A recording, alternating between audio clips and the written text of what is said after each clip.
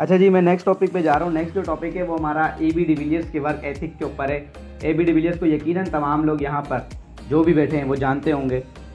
मैंने भी ज़िंदगी में 2007 में क्रिकेट देखना शुरू की और 2007 से 17 तक देखी, तो 10 साल में मुझे अपनी ज़िंदगी के अंदर एबी डिविलियर्स से अच्छा प्लेयर कोई भी नहीं दिखा।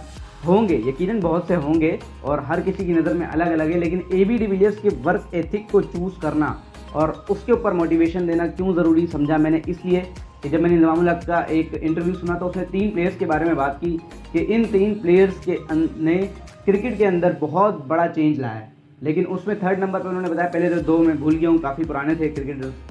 3rd नंबर पर उसने कहा कि एबी डिविलियर्स। क्यों? क्योंकि उसने कहा एबी डिविलियर्स ने दुनिया में ये चेंज लाया है कि पहले एबी डिविलियर्स से पहले की जो क्रिकेट है उसके अंदर लोग स्पिन बॉलर को किसी भी डायरेक्शन में घूम के छक्का मार सकते थे, लेकिन एबी डिविलियर्स वो वाही शख्स है जिसने पूरा अपनी बॉडी को मूव करवा के 360 डिग्री में खेला है, वो भी फास्ट बॉलर्स को मारा है। तो यकीनन एबी डिविलियर्स के वर्क एथिक की ज़रूर कोई ना कोई एक ऐसी पहचान होगी, उसके वर्क एथिक में ऐसी मोटिवेशन होगी जिससे हम लोग भी फ़ायदा उठा सकते हैं और अपनी ज़िंदगी में 360 डिग्री खेल सकते हैं अपनी करियर के अंदर। तो पहली चीज़ जो मैंने एबी डिविलियर्स की फिर बहुत से इंटरव्यूज सुने, उसके बाद मैंने पहली चीज़ सीखी कि एबी डिविलियर्स से अच्छा मतलब कि आपको पता चलेगा, अगर आप इसके इंटरव्यू सुनोगे तो आपको चलेगा ये बहुत जेन्युइन, सिंपल एंड डिसिप्लिन ज़िंदगी गुजारने वाला इंसान है। अगर आप एबी देखें सर, पॉइंट नंबर 1 लिखा है, AB de Villiers interviews are without any filters.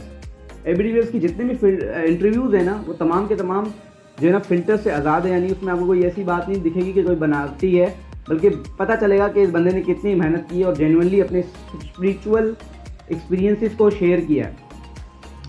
अच्छा, एबी डिविलियर्स कहते हैं कि 2007 के अंदर ही मैंने डिसाइड कर लिया था कि मुझे एक एवरेज प्रोफेशनल क्रिकेटर नहीं बनना, बल्कि मुझे एक ऑर्गेनाइज और डिसिप्लिन ज़िंदगी गुजारनी है। वो कहते हैं कि इसके गुजारने के बाद 2007 के अंदर मैंने पूरी प्लानिंग की अपनी एक छोटी छोटी सी चीज़ के ऊपर, मसलन अपनी डाइट के ऊपर, मसलन अपनी एक्सरसाइज के ऊपर, अपनी रूटीन के ऊपर, हर एक चीज़ को मैंने बहुत डिसिप्लिन से दिया उसके बाद।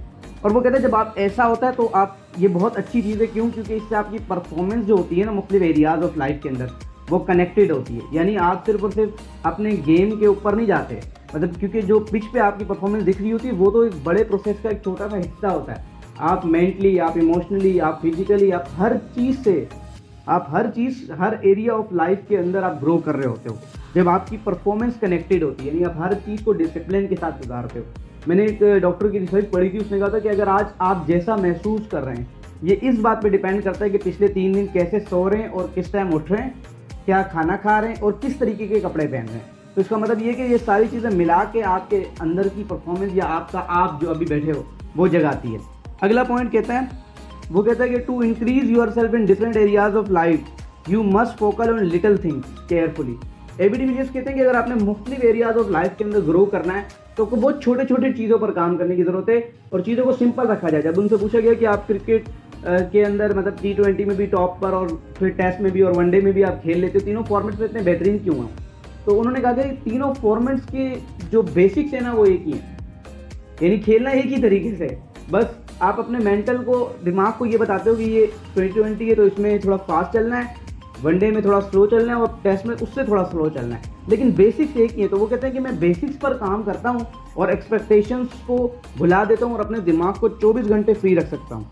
इसलिए वो कहते हैं अगर आपको ये बात करनी है तो आपको अपने इर्द गिर्द सपोर्ट सिस्टम बनाना चाहिए। यानी एबी डिविलियर्स कहते हैं कि मुझे सपोर्ट सिस्टम की ज़रूरत थी जब मैंने 2007 में ये बात सोची कि भाई मुझे जो है ना वो कुछ करना है, तो वो कहते हैं कि सपोर्ट सिस्टम बनाए अपने इर्द गिर्द। देखें एग्जाम्पल के तौर पर जब एक बच्चा होता है तो वो तो स्कूल नहीं जाना चाहता, लेकिन क्या होती है उसकी जो माँ बाप होते हैं वो उसको लाजमी उठाते हैं, उसको कितना बुरा लग रहा होता है, लेकिन वो ज़बरदस्ती उसको स्कूल सुबह सुबह भेजते हैं।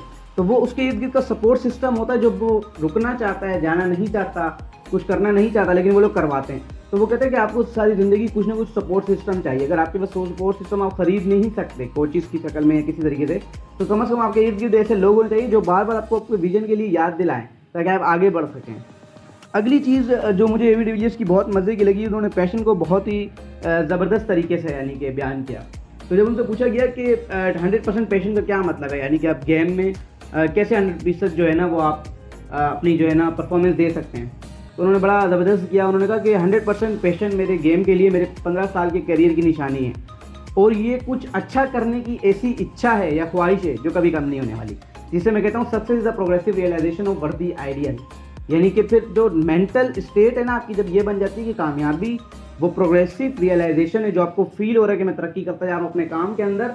और वर्दी आइडियल, यानी वो गोल आपके लिए वर्दी हो, उसकी कोई वर्थ हो। और आइडियल किस लेवल से, आपकी जान जितना जब कीमती ये हो जाता है तो फिर आपका मेंटल स्टेट बहुत ज़्यादा ऑन हो जाता है। फिर वो कहते हैं कि 100% ऑफ पैशन का मतलब ये है कि आप कभी भी हार नहीं मानने वाले, यानी आप अपने आप को बेहतर करते ही रहोगे। इससे रोनाल्डो ने भी एक बात की थी, उसने कहा था कि मेरे दिमाग में हमेशा एक ही ख्याल आता है कि खुद को पहले से बेहतर किया जाए।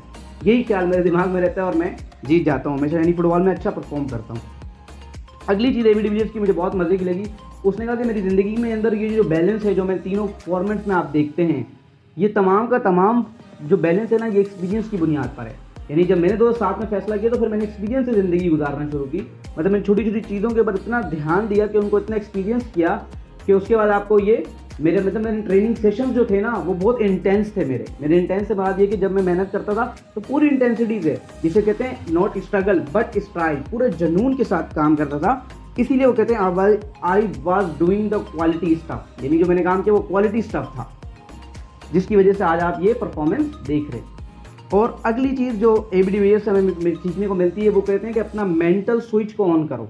वो कहते हैं जब 2012 में आईपीएल में मैंने आईपीएल के सीज़न के अंदर डेल स्टीन को 1 ओवर में 23 रन मारे थे, तब मेरा मेंटल स्विच ऑन हो गया था कि यार कोई भी हो, कितनी भी बड़ी कठिनाई हो, कितना भी बड़ा मसला हो, कितना भी मैच फंसा हो, मैं कोई ना कोई करके निकाल लूँगा मैच को। यानी वो कहते हैं मेरा मेंटल स्विच ऑन हो गया था कि मैं कुछ कर सकता हूँ न्यू, जो लोग नहीं कर रहे इस टाइम पे।